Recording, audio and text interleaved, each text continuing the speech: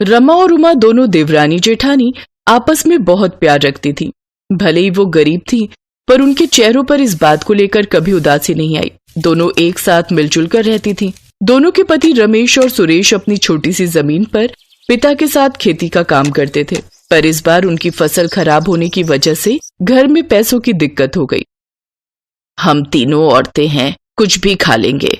आदमियों को ज्यादा खुराक की जरूरत होती है, इसलिए रमेश, सुरेश और अपने बापूजी को भरकर कटोरी भरकर दाल दे दो। कुछ दिनों बाद मकर संक्रांति का त्योहार आने वाला था। गांव में पतंगबाजी की प्रतियोगिता का आयोजन हो रहा था। बापू, इस बार जो गांव में पतंगबाजी प्रतियोगिता होने जा रही है, उसका इनाम पूरे 50,000 है। अरे बेटा, निरंजन को पतंगबाजी में कोई नहीं हरा सकता, तभी तो हर बार का इनाम वो किसी को नहीं जीतने देता। रमा और उमा दोनों ये सारी बातें सुन रही थी। भाभी, क्यों ना हम दोनों भी इस पतंगबाजी प्रतियोगिता में हिस्सा लें? पता है, अगर हम जीत गए तो हमें 50,000 रुपए का इनाम मिलेगा। वो पैसे हमारे कितने काम आएंगे ना? उमा, तू तो जानती है हम औरतों को इस गांव में कोई इज्जत नहीं मिलती। अगर हमने उनसे कहा कि हम इस प्रतियोगिता में हिस्सा लेना चाहते हैं तो सब हम पर बहुत हंसेंगे, और हमें तो पतंग उड़ानी भी नहीं आती ना, फिर हम प्रतियोगिता में हिस्सा कैसे ले सकते हैं? अरे भाभी, उड़ानी नहीं आती तो सीख जाएंगे ना, पर मेरा मन कह रहा है हमें हिम्मत करनी चाहिए। ठीक है, हम दोनों फिर इस बारे में घर में सबसे बात करते हैं। रमा और उमा ने घर में सबसे इस बारे में बात की, पर वही जवाब मिला जो हमेशा से मिलता आया था। ये देखो, जो हाथ रोटियां बनाने के लिए बने हैं वो हाथ भला पतंगबाजी करेंगे? नहीं नहीं, ये कभी नहीं हो सकता। अरे बहू, ये पतंगबाजी का ख्याल दिमाग से छोड़ो और जाकर रसोई में चूल्हा जलाओ। पर रमा और उमा हार मानने वाली नहीं थी। दोनों ने ठान लिया था कि वो इस प्रतियोगिता को जीत कर रहेंगी। उमा, अब तो हमें इस पतंगबाजी प्रतियोगिता में भाग भी लेना है और जीत कर भी दिखाना है। हाँ भाभी, तभी ये एक औरत की शक्ति को समझेंगे। हम चूल्हा चौका करने के साथ साथ किसी भी क्षेत्र में सफल हो सकते हैं। हम ये पतंगबाजी प्रतियोगिता जरूर जीतेंगे। हमें बहुत मेहनत करनी है भाभी। हाँ उमा, सबसे पहले तो हमें पतंग खरीदने के लिए बाजार जाना होगा। चलो, हम दोनों अभी पतंग खरीदने चलते हैं। रमा और उमा पतंग वालों की दुकान पर गईं, पर किसी ने भी उन्हें पतंग नहीं दी। दोनों बहुत परेशान हो गई। तभी उन्हें कुछ बच्चे मैदान में पतंग उड़ाते दिखे। रमा और उमा उन बच्चों के पास गईं और बोली, बेटा, क्या तुम हमें एक पतंग दे सकते हो? हमें भी पतंग उड़ाना सीखना है। आंटी, आप क्या करोगे पतंग का? हमें भी पतंग उड़ाना सीखना है। आंटी, मेरे पास तो ये फटी हुई पतंग बची है, ये दे सकता हूँ। हाँ, कोई बात नहीं, यही दे दो, हम इसे चिपका लेंगे। रमा और उमा ने उस पतंग के साथ साथ वहाँ बिखरी हुई और भी कुछ फटी हुई पतंगे इकट्ठी की और कुछ देर तक वो उन बच्चों को पतंग उड़ाते हुए देखती रही। उसके बाद वो पतंगे लेकर घर आ गई। दोपहर के समय जब रमा और उमा की सास सो जाती और घर के आदमी काम पर गए होते, तो वो दोनों घर की छत पर जाकर पतंग उड़ाने का अभ्यास करती। उन्होंने सारी पतंगों को चिपका लिया और कुछ ही दिनों में वो दोनों अच्छी पतंग उड़ाना सीख गए। पर अब तक आस पड़ोस के लोग और घर के सदस्य इस बात को जान गए थे। तुम्हें पता है जानकी, ये दोनों पतंगबाजी प्रतियोगिता में अपना नाम लिखवा कर आ गई हैं। अरे, एक औरत होकर तुम दोनों पतंग उड़ाओगी, अच्छा लगेगा क्या? पूरे गांव में हंसी उड़ेगी हमारी हंसी। माँ जी, हम ये प्रतियोगिता जीत कर रहेंगे। हम दोनों बहुत अच्छी पतंग उड़ाते हैं और हमें अपने आप पर पूरा विश्वास है। बस आपकी हाँ का इंतजार है। हमें एक बार इस प्रतियोगिता में भाग लेने दीजिए, उसके बाद हम आपसे कुछ नहीं मांगेंगे। निरंजन के सामने तुम पतंग नहीं उड़ा पाओगी, आसमान में उड़ते ही पतंग काट दी जाएगी। काफी देर तक बात होने के बाद आखिर में रमा और उमा ने घर वालों को मना ही लिया। ठीक है, तुम दोनों प्रतियोगिता में हिस्सा ले सकती हो, लेकिन उसके बाद तुम दोनों की कोई मनमानी नहीं सुनी जाएगी। धन्यवाद बापूजी, हम आपको निराश नहीं होने देंगे। रमा और उमा अपने घर वालों से इजाजत लेकर पतंगबाजी प्रतियोगिता में पूरे जोश के साथ हिस्सा लेती हैं। गांव में सब लोग उनके बारे में बातें करने लगे। मेरे सामने अच्छे अच्छे पतंगबाजी में माहिर नहीं टिके हैं? तुम दोनों औरत होकर मेरे से मुकाबला करोगी? तुमने मेरे से पंगा ले लिया। अपने हाथों की उंगलियों को बचा कर रखना, पता चले मांझे के साथ साथ उंगलियां भी ना कट जाएं। जानकी, मुझे लगता है ये वो समय है जब हमें अपनी बहुओं को हिम्मत देनी चाहिए, उनको प्रोत्साहित करना चाहिए। हो सकता है ये दोनों निरंजन को हराकर इस गांव में एक नया इतिहास बनाएं। अपने पति की बात जानकी को भी सही लगी। वहीं रमेश और सुरेश भी रमा और उमा को प्रोत्साहित करने लगे। ये देखकर रमा और उमा में एक नया जोश उत्पन्न हुआ। उमा, ये चरखी पकड़ और ला पतंग की डोर मेरे हाथ में दे। अगर मैं थकी तो डोर मैं तेरे हाथ में दूंगी और मैं चरखी पकड़ लूंगी। उसके बाद तो रमा और उमा ने जो पतंगबाजी शुरू की उसको देखकर गांव वाले हैरान रह गए। एक के बाद एक निरंजन के सारे साथियों की पतंग वो दोनों काटती जाती। आखिर में बस निरंजन की पतंग रह गई थी। लाओ भाभी, पतंग की डोर मेरे हाथ में दो। आप बहुत थक गए हो, इसका काम तमाम मैं करती हूँ। हाँ ये ले छोटी, ला चरखी मेरे हाथ में दे और इसकी पतंग ऐसे काटना जैसे हम सब्जी काटते हैं। रमा और उमा तैयार थी। उमा ने अपने हाथ में पतंग की डोर को पकड़ा और कुछ ही देर में पतंगबाजी की लड़ाई में उमा ने झटके से निरंजन की पतंग काट दी।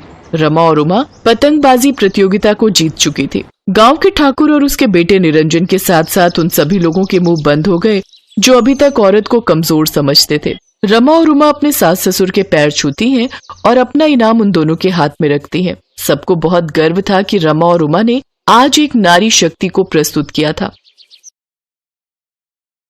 एक समय की बात है, शांति नाम की एक औरत अपनी सास और पति के साथ रहती थी। शांति बहुत ही कंजूस स्वभाव की थी। वो द्वार पर आने वाले किसी भी गरीब, बेसहारा या मांगने वाले को कभी भी कोई दान पुण्य नहीं किया करती थी। शांति की सास जानकी उसे कई बार दान पुण्य करने के लिए कहती या खुद से करने की कोशिश करती तो शांति उस पर भड़क जाती थी। ये लो अम्मा, थोड़ा सा आटा रख लो। खुश रहो, परिवार में सुख समृद्धि का वास हो। अरे अरे अरे, जब तुम्हें ही घर में भरा आटा दान में दे देंगी तो हमारे घर में कौन सी सुख समृद्धि का वास होगा। माँ जी, आपको कितनी बार समझाया है ऐसे राह चलते भिखारियों को घर के आटा, चीनी, चावल और अनाज मत बांटा करो, नहीं तो एक दिन हमारे घर के भंडार खाली हो जाएंगे। बेटी, एक कटोरी आटा देने से भला तुम्हारे घर का क्या भंडार खाली होगा। तुम्हारी सास तो बहुत ही पुण्य का काम कर रही है। हमें नहीं कमाने कोई पुण्य। खबरदार माँ जी, आज के बाद अगर आपने मेरे से बिना पूछे किसी को कुछ भी दिया तो मुझसे बुरा कोई नहीं होगा। ये नहीं है कि आपका बेटा पूरा दिन मेहनत करके कमाता है और आप उसे गरीबों में बांट कर उड़ाती रहो। महीने भर बाद यही मेरे से पूछेंगे कि राशन इतनी जल्दी खत्म कैसे हो गया, फिर मैं इन्हें क्या जवाब दूंगी। आप तो पीछे हट जाओगी। बहू, आज एकादशी का दिन है, इसलिए दान करना बहुत अच्छा होता है। और फिर ज्यादा नहीं, मैंने तो बस थोड़ा सा आटा ही दान में दिया। वही मैं कह रही हूँ आपसे, ये नहीं चलेगा। कोई ये दान पुण्य करने से महल नहीं खड़े हो जाएंगे। शांति की सास कुछ नहीं बोल पाती। वो बुजुर्ग तो अपने बेटा बहू के सहारे अपने जीवन के बचे खुचे दिन काट रही थी, पर शांति इस बात को नहीं समझती थी।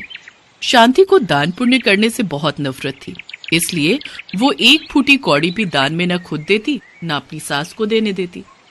सुमेर बेटा, कल मकर संक्रांति का पावन पर्व है। इस दिन दान पुण्य करने से व्यक्ति के जीवन के सारे दुख दूर हो जाते हैं और घर परिवार में खुशी और कारोबार में सफलता मिलती है। मैं चाहती हूँ कल तुम बहू के साथ मिलकर कुछ दान पुण्य करो। ठीक है माँ, जैसा तुम कहो।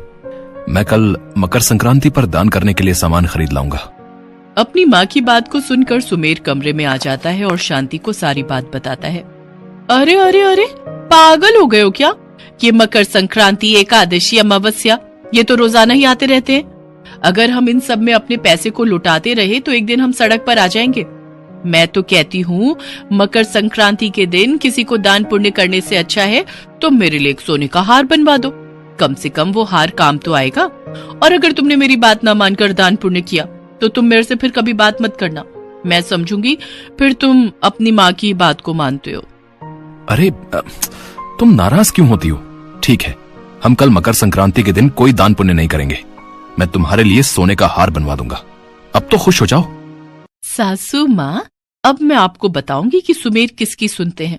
वो आपकी बिल्कुल नहीं सुनेंगे। कल मकर संक्रांति के दिन कोई दान नहीं होगा। अगले दिन मकर संक्रांति थी। इस दिन लोग अपने सामर्थ्य के अनुसार दान पुण्य करते हैं। जानकी ने देखा सुमेर बाजार से कुछ भी नहीं लाया है। उसने पूछा, सुमेर बेटा, तू आज दान करने के लिए कुछ नहीं लाया? मैंने तो कल ही बोल दिया था कि अन्न, वस्त्र आदि कुछ भी अपनी सामर्थ्य के अनुसार दान करने के लिए ले आना। तू दुकान से ही कोई कपड़ा उठा लाता, तेरे हाथों से वही दान हो जाता। सुमेर इससे पहले कि कुछ बोल पाता तभी शांति आ जाती है। सुनो जी, देखो मैंने ये हार पहन लिया, बताओ तो कैसा लग रहा है? बहुत अच्छा लग रहा है। माँ देखो, मैं आज शांति के लिए सोने का हार खरीद कर लाया हूँ। शांति बहू, तुम्हें तो पता था आज मकर संक्रांति का कितना बड़ा दिन है, पर तुमने दान करने के लिए कोई भी चीज नहीं निकाली।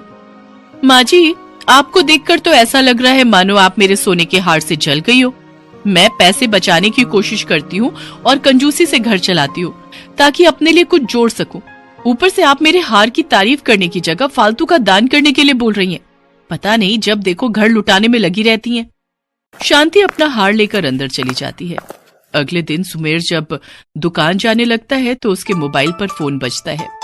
सेठ जी, मैंने तो आपके कहे अनुसार ही कपड़ा तैयार किया था, फिर आप माल लेना क्यों नहीं चाहते? मैंने आपको सही दाम लगाए थे, पर सुनिए तो सेठ जी। नहीं सुमेर, मुझे कपड़ा पसंद नहीं आया। मेरी किसी और दुकानदार से बात हो गई है। अब मैं तुम्हारी जगह उसी से माल खरीद रहा हूँ। मुझे माफ करना है। अब क्या होगा? सेठ जी तो बहुत बड़े ग्राहक थे, लाखों का माल मैं उन्हें आसानी से बेच देता था। बड़ी मुश्किल हो जाएगी। इसी तरह सुमेर के कई बड़े ग्राहक छूटते जा रहे थे और उसका कपड़े का काम बिल्कुल ठप हो चुका था। सुमेर को कर्जा चुकाने के लिए शांति के जेवर भी बेचने पड़े। सुमेर बहुत परेशान रहने लगा था। वो कर्ज में डूबा हुआ था। उसके पास घर बेचने के सिवा कोई और चारा नहीं था। क्या करूं? मैं बहुत परेशान हो चुका हूं। कुछ भी समझ नहीं आ रहा। मेरे पास कोई काम धंधा नहीं रहा। न जाने किसकी नजर लग गई। सब कुछ तो ठीक चल रहा था, पर अचानक ये सब क्या हो गया? सुमेर बेटा, हर व्यक्ति को अपनी कमाई का कुछ हिस्सा दान पुण्य में अवश्य देना चाहिए। साल में कुछ ऐसे दिन आते हैं जिस दिन दान पुण्य करने से व्यक्ति के जीवन में सुख समृद्धि आती है, पर शांति ने मेरी एक नहीं सुनी। घर की बहू बेटियां घर की लक्ष्मी होती हैं। शांति घर की लक्ष्मी है, पर उसने सदैव दान पुण्य न खुद से किया, न मुझे करने दिया और न ही तुम्हारे हाथों से ही करने दिया। मकर संक्रांति के दिन दान पुण्य करना बहुत फलदायी होता है, पर पिछले महीने ही मकर संक्रांति के दिन मेरे कहने पर तुमने कुछ भी दान नहीं किया।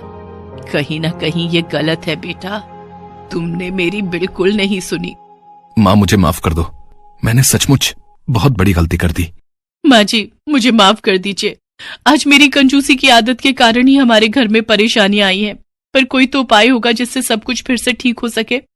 बहू, अपने कष्टों से छुटकारा पाने के लिए केवल एक उपाय जो सबसे सरल है, वो है गरीबों में सामर्थ्य अनुसार दान पुण्य करना।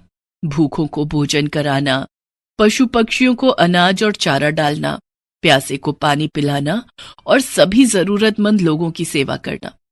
अगर मनुष्य ये सब सेवा कर्म करे तो उसके जीवन के सारे कष्ट दूर हो जाते हैं और भगवान की कृपा से घर में सुख समृद्धि का वास होता है। माँ जी, मैं वादा करती हूँ, अब मैं और सुमेर आपके साथ मिलकर गरीबों में दान पुण्य करेंगे। व्रत पूजन करूंगी और सदैव अच्छे कर्म करूंगी। कभी भी कंजूसी नहीं करूंगी। शांति अपने सामर्थ्य के अनुसार अपनी सास के कहने पर दान पुण्य करना आरंभ करती है। धीरे धीरे सुमेर का काम फिर से ठीक होने लगता है। उसे कपड़े का ऑर्डर मिलने लगता है। उसके ग्राहक फिर से लौट आते हैं और घर में फिर से सुख समृद्धि का वास होने लगता है। और 1 साल बाद जब मकर संक्रांति का दिन आता है तो शांति अपने पति और सास के साथ मिलकर मंदिर में पूजा करती है, दान पुण्य करती है। ऐसे ही उसके अच्छे कर्मों के कारण उसके जीवन की सारी परेशानियां दूर हो जाती हैं और उसके घर में सुख समृद्धि का वास होता है।